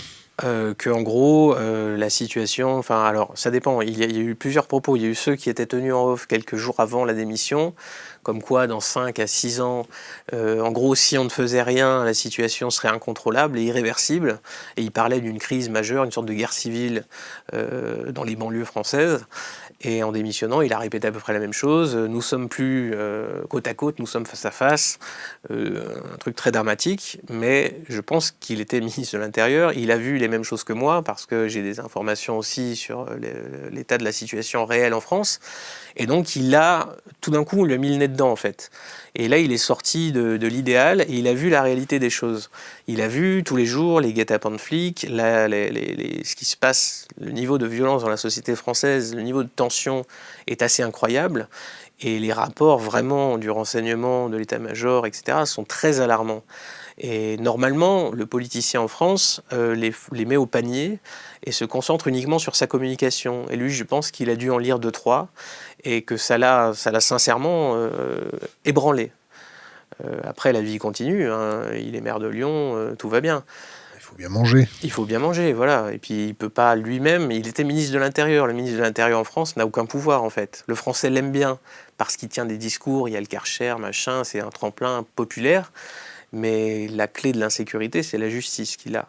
Donc le ministre de l'Intérieur, c'est juste le chef de la police fait ce qu'elle peut, donc il n'a aucun pouvoir réel. Mais c'est une manière, encore une fois, de divertir le citoyen, ça. On en est où avec la justice? La justice française, c'est la grande question de la France orange mécanique. C'est pourquoi, dans le code pénal, un viol, c'est écrit 15 ans de prison. Pourquoi concrètement la réquisition c'est 10 et la condamnation c'est 8 et finalement la peine réellement effectuée ça va être 4 ou 5 avec un aménagement de 2 ou 3 ans avec port de bracelet à la maison, etc. Pourquoi il y a 1% des violeurs qui sont condamnés? Pourquoi on en est à ce niveau-là en fait? Et ça, c'est la vraie question. Là, j'ai vu un papier récemment des juges de Bobigny qui expliquaient la justice des mineurs, on ne sert à rien parce que ils commettent des délits en tant que mineurs qui sont d'une gravité épouvantable, des viols en réunion, des lynchages, etc. Et qu'est-ce que vous voulez qu'on fasse? On les place dans des machins d'aide à l'enfance. Et où ils fument du shit et ils trafiquent entre eux et on les envoie en vacances, mais ça sert à rien. Donc la justice, elle est très très loin de prendre la mesure de la réalité de l'ultra-violence aujourd'hui. Guérilla, ça parlait de quoi? Guérilla, alors Gérard Collomb aurait pu écrire le scénario. Vous avez dans quelques années, dans un futur proche, un flic, ils sont à bout aujourd'hui, vous avez vu qu'ils se flinguent jusque sous les fenêtres de Matignon, parce que vraiment c'est un métier très difficile. On a vu une vidéo récemment de types qui insultaient les flics et tout ça, et même Yves Calvi a trouvé que c'était scandaleux. Sauf que ça c'est tous les jours. Vous allez dans un commissariat de police, n'importe lequel, même en province, partout, et vous verrez la pression psychologique que peut subir un policier aujourd'hui face à des individus qui ont parfaitement compris qu'ils étaient impunis, qu'ils ne risquaient pas grand-chose. Pour une paye de merde. Pour une paye de merde, absolument, pour obéir à une hiérarchie dont ils ne cautionnent absolument pas la soumission idéologique aux décideurs gouvernementaux. Il faut une abnégation incroyable pour être policier aujourd'hui en France. Et un jour, je pense qu'un de ces flics-là va se retrouver dans un de ces guet-apens. Il y en a à peu près tous les soirs. Donc, allô, il y a une poubelle qui brûle. Les flics vont parce qu'il faut accompagner les pompiers. Et il y a une vingtaine de types qui tombent sur la bagnole. Et les flics, un jour, on va tomber sur le type qui aura, je sais pas, qui aura passé un cap dans sa tête, et lui, il va pas se sauver, il va sortir son arme, et il va tirer dans le tas, il va faire des morts, et on va avoir un scénario à la 2005, et on va avoir en plus les actes terroristes qui vont se greffer là-dessus, et comme l'a dit récemment, paraît-il, le général de Villiers à son frère, on n'a pas les moyens, on n'a pas les hommes pour faire face à une situation d'embragement généralisée comme celle qu'on a connue en 2005. Et donc ça, c'est guérilla. Donc en quelques jours, on se rend compte qu'une société technologique développée, basée sur d'une complexité faramineuse, peut s'effondrer en fait. Vous avez cité, autre question Internet, il a cité Vincent Mignereau précédemment. Que pense-t-il de l'effondrement et du réchauffement climatique à venir? Son anticipation sur les tensions en France, l'effondrement écologique, l'effondrement des ressources, l'effondrement de l'énergie. Vous avez un avis là-dessus? Alors je partage un peu les inquiétudes de M. Mignereau. C'est un caractère très préoccupant de ce qui se passe. Et le fait qu'on ne semble pas prendre la mesure de ça, on parle toujours de croissance, de la démographie, etc., c'est génial, mais on ne voit pas les ennuis majeurs qui arrivent. Et on parle beaucoup d'écologie, mais jamais non plus de démographie, qui est quand même la première, la base de toute écologie, me semble-t-il, est démographique. Un peu malthusien, ça, non? Oui, c'est un peu malthusien, mais objectivement, c'est le cas. Si les espèces disparaissent, si la pollution est telle aujourd'hui, c'est essentiellement par ce qu'on peut appeler la prolifération humaine. On ne peut pas prendre... Le problème, il est encore une fois moral. On ne peut pas regarder ça en face, justement, sans s'accuser, sans se faire peur, de se dire, oui, mais de quoi on parle? Les êtres humains font ce qu'ils veulent, s'ils veulent se reproduire, ils se reproduisent. Oui, moi je vous l'ai dit, je ne suis pas pour interdire aux individus de se reproduire, mais simplement, faut regarder en face les conséquences de ce qui se passe.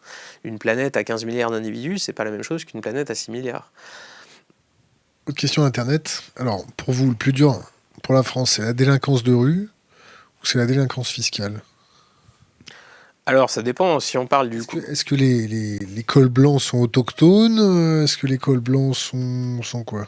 Oh, je pense qu'ils sont assez largement autochtones, oui. Parce qu'il y a ce phénomène, comme je l'ai dit, d'effondrement du capital social. Donc les individus sont de plus en plus tentés par la triche. Parce que les types qui bossent aujourd'hui en France se disent c'est super, mais moi j'ai pas envie qu'on me prenne 60% du fruit de mon travail pour le reverser à des types qui n'en foutent pas une. Concrètement, leur raisonnement c'est celui-là. Et donc, ils préfèrent tricher un peu. Ils préfèrent essayer, tenter leur chance. Barré en Belgique. Se barrer en Belgique, beaucoup le font. Mais à tous les niveaux, hein, d'ailleurs. C'est-à-dire le type qui va avoir un congé maladie plus long que prévu. Enfin, on voit tous ces phénomènes-là qui augmentent, en fait. Et ça, c'est une forme de refus, en fait, de cette société, de participer, de continuer à courir tout seul, alors que les autres courent un peu moins vite et tapent un peu plus dedans, et se font plaisir. Mais c'est difficile de mettre sur le même plan les deux délinquances, puisque celle, encore une fois, qui est très fortement ressentie par la fameuse population périphérique, la population d'en bas, c'est celle qui va rayer sa bagnole le matin. Et ça, pour un Français, un monsieur moyen, c'est un drame qui est bien plus important que tout le reste, en fait. Donc, évidemment, la délinquance fiscale coûte très cher aussi. Ce sont des dizaines de milliards d'euros, mais la délinquance aussi, enfin la petite délinquance, là, voilà, les dégradations de biens, les agressions gratuites, je crois qu'on est à 1000 agressions gratuites par jour en France. Gratuite, ça veut dire sans mobile crapuleux. Ça coûte très cher aussi, hein. On est à des dizaines, voire des centaines de milliards par an. Des centaines de milliards. C'est difficile à évaluer, il y a beaucoup d'économistes qui se sont penchés là-dessus. Certains ont trouvé que ça coûtait plusieurs centaines de milliards d'euros par an. Ils sortaient d'où ces économistes-là ? Alors celui-là, je crois que c'est Jacques Bichot, donc il faudrait le googliser pour moi parce que j'ai pas l'idée précise de sa bio, de son CV. De son parcours idéologique. Je crois que Capital avait fait un truc là-dessus, il avait parlé d'une trentaine de milliards par an. Après, ça dépend de ce qui est pris en compte, hein, le coût de la justice, des prisons, etc. Autre question Internet. Quelle analyse fait-il du fonctionnement de l'économie mondiale et des puissances occidentales qui encouragent les conflits dans la région en proie à une forte immigration? Est-il légitime de fuir la misère? L'Occident n'est-il pas la première cause de l'immigration qui l'atteint? Je pense pas que... Alors, sur la croissance démographique africaine, il est clair que l'Occident est le responsable principal. Objectivement, si l'Occident n'était pas si interventionniste, il n'y aurait pas... Sur la démographie. C'était... Je relis la question. Quelle analyse fait-il du fonctionnement de l'économie mondiale et des puissances occidentales qui encouragent les conflits dans les régions en proie à une forte émigration? Est-il légitime de fuir la misère? L'Occident n'est-il pas la cause première de l'immigration qui l'atteint? De dire que le fait que l'Occident va déstabiliser, s'amuser, faire mumuse avec des régimes orientaux change fortement le sort migratoire est un peu simplifié parce qu'en réalité, même si la Libye ne gère plus du tout l'immigration comme elle a pu le gérer du temps de Kadhafi, ce serait pour autant extrêmement facile de la stopper là. Donc c'est une manière de défausser le problème en fait et d'accuser les Américains et Sarkozy et compagnie de nous valoir ça. Mais là pour le coup, c'est pas le cas. Est-ce que c'est légitime de fuir la misère? Je vous dis, tout comportement, j'ai du mal à dire d'un comportement qu'il n'est pas légitime. Il s'explique et il faut expliquer les comportements des individus. C'est ça aussi, c'est qu'on a tellement peu l'habitude de parler des individus sans qu'il y ait forcément une connotation derrière qui soit péjorative ou stigmatisante, que c'est difficile de le faire. Je parle de l'immigration, du coût de l'immigration, mais ça ne veut pas dire que je suis contre les individus. C'est que si je constate que les retraites coûtent beaucoup d'argent, ça ne veut pas dire que je veux déporter les retraités, c'est pas ça. Faire du compost avec? C'est vrai que ça pourquoi pas? Chacun a le droit d'avoir son idée sur la question. On préfère les brûler au bilan carbone est désastreux, mais... Question à propos de Malthus, que pense-t-il du darwinisme social et d'Herbert Spencer? Spencer, j'en pense pas grand-chose, avait un petit peu tordu les idées de notre ami Darwin pour justifier certaines formes. Alors, je ne veux pas prêter à Spencer des idées qu'il n'a pas eues, mais il me semble que ça permettait de justifier en gros une forme d'ordre social en se basant sur les théories darwiniennes. En gros, les bourgeois sont bourgeois parce que leur génome il est mieux, etc. Il me semble que c'est ça. Donc là-dessus, un crétin quoi. Je dis pas du tout ça. Je pense que c'est peut-être quelqu'un de très brillant. J'avoue que j'ai pas lu l'intégralité de ses livres. Je ne veux pas prononcer de jugement comme ça, il faut que j'étudie la question un peu plus avant de me prononcer. Bon, pour résumer trivialement vos bouquins, du moins le dernier, sur l'immigration, on va où, là? On va où? C'est difficile On de va à le la savoir. castagne, on va à la guerre civile, on va sur des pouvoirs politiques qui sont complètement impuissants, on est dans un déni, on est dans quoi, là?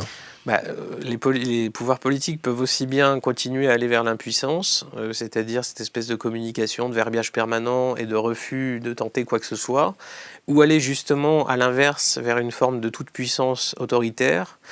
Ça, j'en sais rien. Les courbes, je le dis dans le bouquin, elles sont ce qu'elles sont. Mais une courbe, ça peut s'inverser, il peut y avoir un événement, une crise économique ou quoi que ce soit, qui peut changer complètement, intégralement la donne en fait.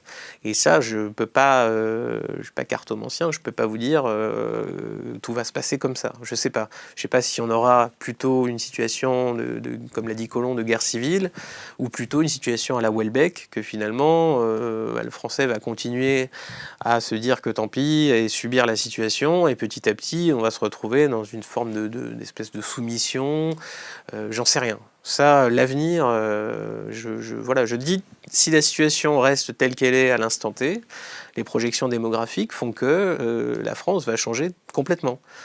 C'est tout ce que je peux dire. À combien de temps? Alors, les autochtones français seraient minoritaires à peu près autour de 2060 si on en restait à la situation actuelle. Ça veut dire sans grande modification, l'immigration reste à peu près ce qu'elle est, les naissances, etc., la mortalité, enfin si tout reste à peu près constant, ce serait à peu près une sorte de calcul comme ça qu'on peut faire. Mais c'est pas que la France, hein. Vous avez les pays scandinaves, vous avez l'Allemagne, vous avez l'Italie, enfin, c'est général en fait. Après, voilà, les citoyens sont libres, ils sont souverains, c'est à eux de choisir leur destin.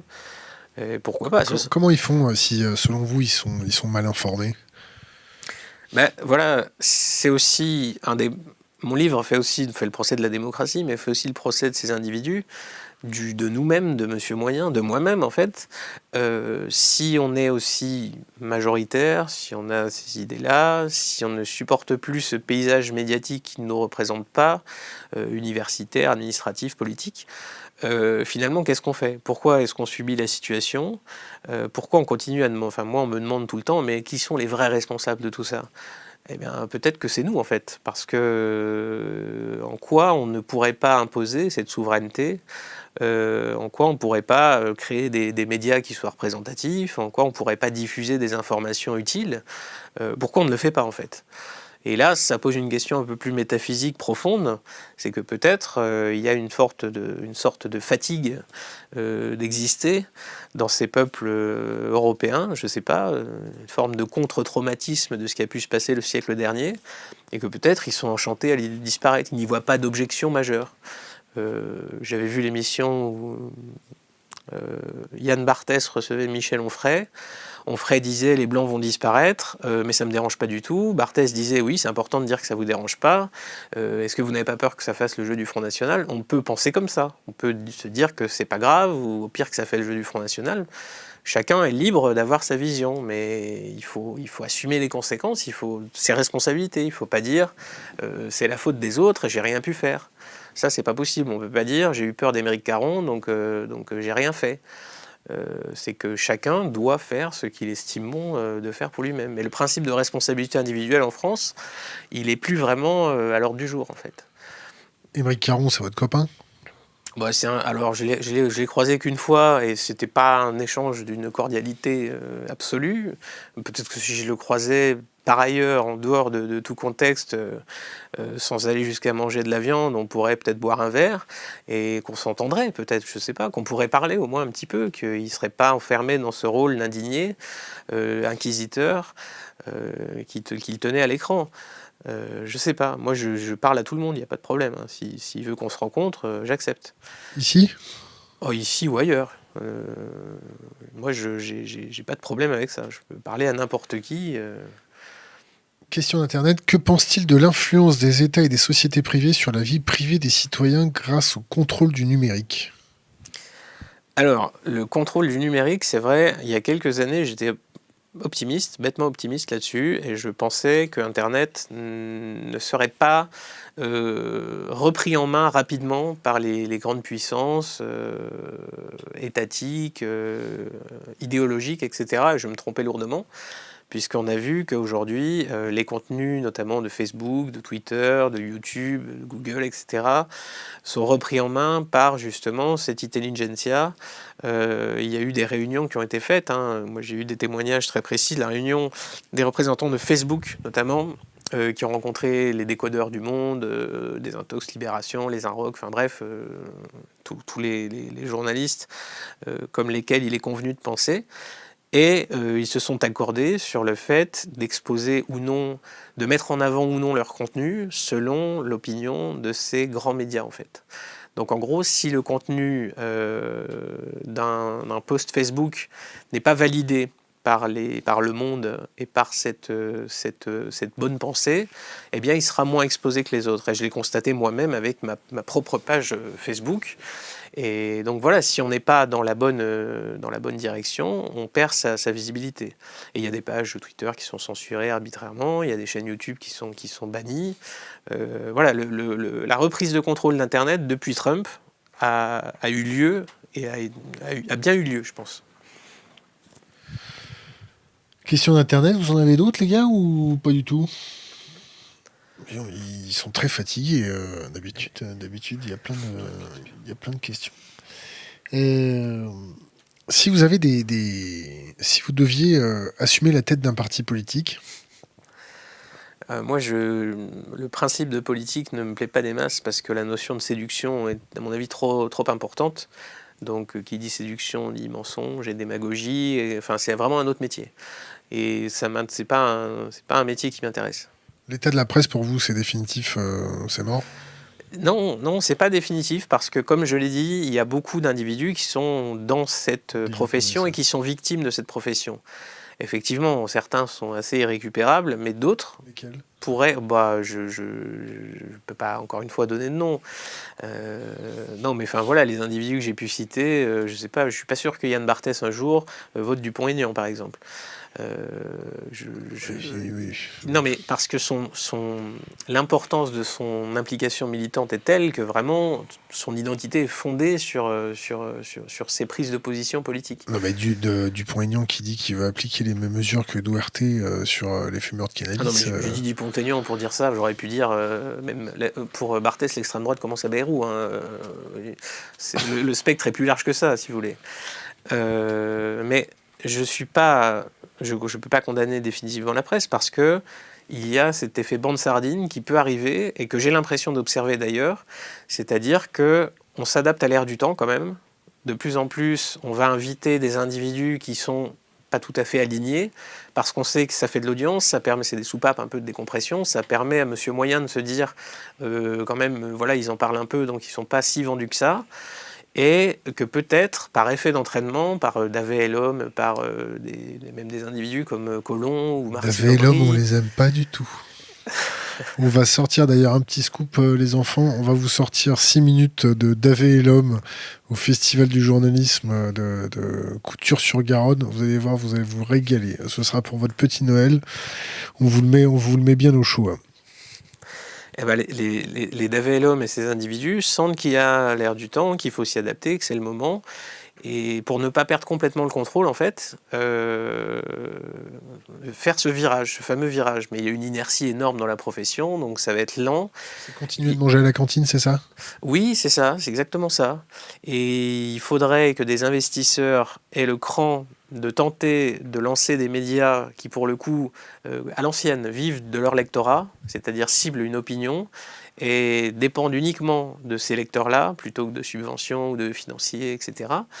Et C'est pas les enfermer dans le même mode de pensée? Pas forcément. Si ils dépendent vraiment, pour le coup, des lecteurs, ils ont une obligation de véracité qui est un peu plus importante. S'ils ont envie d'être lus, ils sont obligés quand même de coller à une image du réel qui est plus en phase avec avec le réel qui est ressenti par les citoyens. Si un financier lance une telle opération, il sera suivi par d'autres, etc. Ça va en désinhiber un certain nombre. Et là, on peut assister à une forme de virage assez global. Mais pour l'instant, le truc est bien cadenassé, c'est pas encore le cas.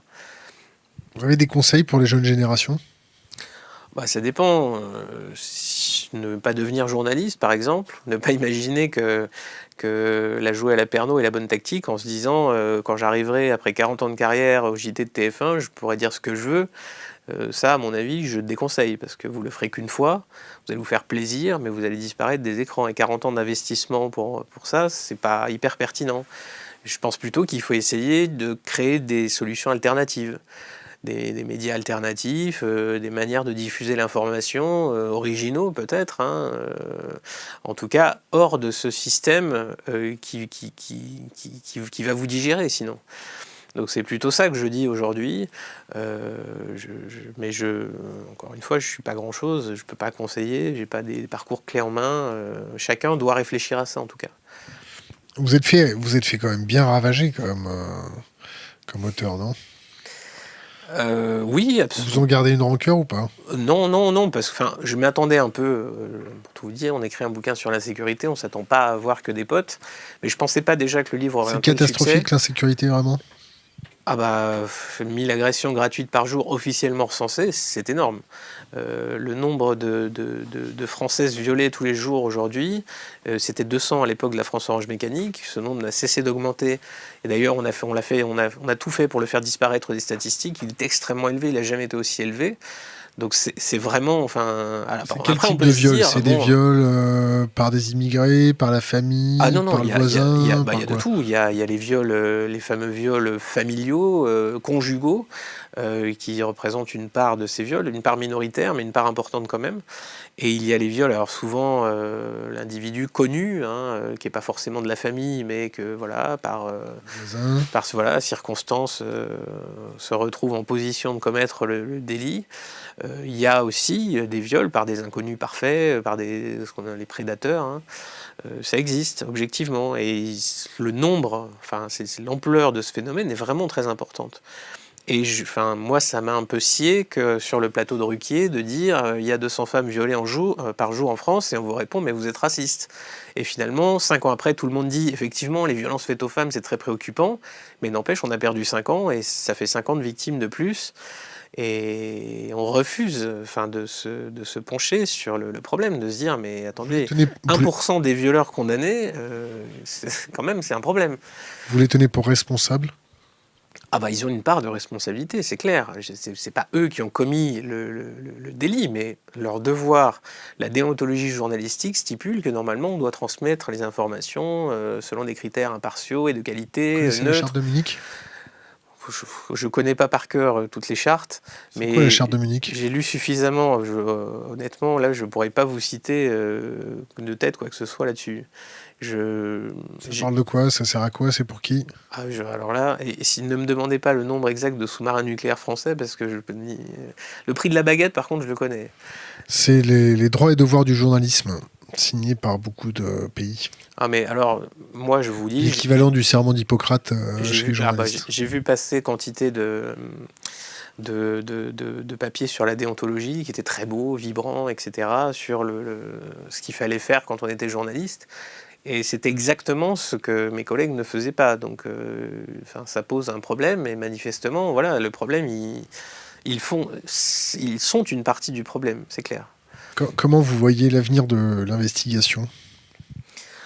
L'investigation, elle souffre beaucoup du fait que aussi le journaliste est un faiseur de copies aujourd'hui. Vous avez n'importe quel truc, une dépêche qui va tomber de l'AFP, et la plus grosse part du boulot des journalistes consiste à la reproduire à peu près à l'identique, sans vérifier quoi que ce soit, sans vérifier les sources, sans faire le travail qui va avec en fait. Aujourd'hui, ils sont là pour remplir du contenu. On ajoute des articles à des prospectus publicitaires. Le journalisme, c'est quasiment ça aujourd'hui. Donc l'investigation coûte cher, demande beaucoup d'argent, de ténacité, etc. Elle existe de moins en moins. Donc évidemment, c'est déplorable, mais c'est la standardisation logique du métier sur l'infotainment, le divertissement. Le publi-reportage. Le publi-reportage, oui. Vous avez un avis sur Combini ? Non, j'ai pas, non, j'ai pas. Brut? Non, j'ai pas d'avis. J'avoue que je regarde assez peu. J'ai dû voir passer quelques vidéos comme ça. Votre média préféré, c'est quoi? C'est Monsieur Moyen, je dirais. Hein. J'ai pas de référentiel où tous les jours je me dis j'ai un média. Alors je lis pas mal. Hein. Je lis les médias justement, tous les grands médias mainstream justement pour déceler, détecter un peu la manière de présenter les choses. Enfin, c'est un peu comme les contrats véreux. Hein. Vous avez un titre, etc. Vous avez un chapeau qui dit déjà un truc un peu différent. Le développement est encore sensiblement différent. Et la conclusion en tout petit, c'est que 95% des lecteurs ne liront pas. Et l'information essentielle du papier. Et cette manière de hiérarchiser l'information m'intéresse de par la technique qu'elle implique, des techniques de psychologie de base, hein, de manipulation de l'information. Et donc je m'intéresse à la presse en général en fait. Vous avez dit sur une web TV un peu catho de droite qui s'appelle, je crois, TV Liberté. TV Liberté. Que les migrants qui venaient chez nous, c'était pas les plus futés, pas les plus brillants, pas les plus... C'est absolument vrai, c'est pas moi qui le dis, hein, c'est l'INED, l'INSEE. Le niveau de qualification des migrants, le niveau moyen de qualification des migrants français, il est très bas. C'est les plus débrouillards qui viennent, c'est ceux qui ont le plus la rage, qui ont envie de s'en sortir. Alors effectivement... qui ont la responsabilité de tout un village derrière eux. C'est objectivement des individus qui sont au-dessus de la moyenne du pays d'où ils viennent, parce qu'il faut beaucoup d'argent pour faire la traversée, la plupart du temps, hein, même pour payer les passeurs. Payer les passeurs, je crois que ça allait de 2000 à 8000 euros, quelque chose comme ça en moyenne. Donc fournir 2000 euros quand on vient d'Afrique subsaharienne, c'est vraiment énorme. Donc c'est clair que les individus qui font le voyage ne sont pas du tout, ils sont pas représentatifs de leur propre pays. Mais pour autant, ils sont quand même loin des standards de l'OCDE. Ça, c'est un fait, quoi. Et on le constate sur plusieurs générations. C'est pas juste les immigrés, les descendants d'immigrés aussi, hein, d'après toutes les études réalisées par l'OCDE, que ce soit au niveau scolaire, en termes de compétences, ils tirent pas le niveau vers le haut. Ça, c'est un fait, c'est comme ça. Est-ce que vous avez des bouquins à conseiller à notre communauté ? Des bouquins à conseiller. Moi, je suis très client de tout ce qui est psychologie évolutive, Konrad Lorenz, Dawkins, etc. C'est quoi le réflexe de Lorenz ? Pour le coup, ça n'a rien à voir avec le... Comment ? Vous connaissez le réflexe de Lorenz ? Le réflexe de Lorenz alors, je ne sais pas si on parle du même Lorenz. Konrad Lorenz. Vous connaissez le réflexe de Lorenz ? Je ne sais pas, dites-moi. Rafraîchissez-moi la mémoire. Vous savez, quand un animal fait sa toilette pour montrer sa soumission... Non. Là, comme ça, je vous dis, pourtant j'ai lu tous ces bouquins, mais ce truc précis ne m'a pas... je me suis beaucoup intéressé à ces recherches sur l'agression, l'éthologie comportementale. Sur l'agression, bon, vous avez peut-être pas bien lu. Non, mais ça a pu... Je lis beaucoup de trucs et je prétends pas retenir absolument tout comme ça et vous restituer tout... C'est l'esprit de l'escalier, hein. Je vais sortir tout à l'heure, je vais dire mais oui c'est ça, mais je pourrais pas revenir pour vous le dire. Mais Konrad Lorenz, quoi d'autre ? Konrad Lorenz, moi, après je sais pas, les auteurs classiques, il faut relire tous les classiques français évidemment, La Fontaine au premier rang de tous, Paul Valéry plus récemment, beaucoup de choses à nous apprendre. Ce ne sont pas des lectures qui sont en rapport avec les thèmes que je traite, hein, mais c'est les lectures que je conseille. Voilà. Donc tout ce qui est psychologie évolutive, vous avez Steven Pinker par exemple, qui publie pas mal de bouquins. Tous ces courants-là. Moi j'aime bien aussi les auteurs un peu libertaires, Charles Murray par exemple aux États-Unis, très intéressant. Des sujets qu'on trouve pas du tout en France.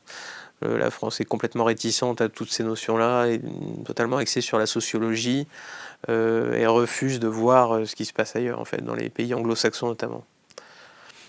Quelque chose à rajouter ? Non. Laurent Bertone, merci. Merci à vous.